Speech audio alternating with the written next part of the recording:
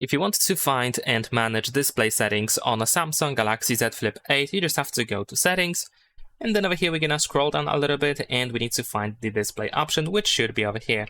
In display settings, you can change the theme, so you can use the light theme or the dark theme over here. You can also go to dark mode schedule to create a schedule for the dark mode, so it's going to switch automatically between a light and dark mode. We have brightness section where we can change brightness, toggle adaptive brightness, and use extra brightness in case you don't use the adaptive or automatic brightness. We have motion smoothness to choose the refresh rate. We have the eye comfort shield, which is also known as the blue light filter, which turns our screen yellow or orange. We have the screen mode, so you can choose vivid or natural colors. We can also adjust the white balance, and in advanced settings you can make some further adjustments.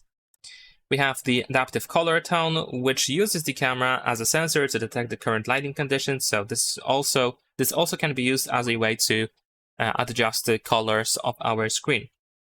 We can change the size of the text and the screen or display. We have the camera cutout, so you can show or hide camera cutout for specific apps or while using specific apps. We have the screen timeout, so you can adjust after what time of inactivity the display should be put automatically to sleep.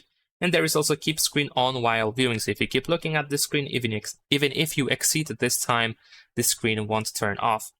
We have the easy mode, which pretty much makes everything bigger and more accessible. We have edge panels, which is this sidebar over here. We have the navigation bar settings, so you can choose to use buttons to navigate on your phone, or you can switch to swipe gestures, of course. We also have circle to search. Accidental touch protection can be enabled in here, and we can also increase the touch sensitivity. We can show charging information, and we have screensaver settings as well. And that is pretty much it. Leave a like and subscribe.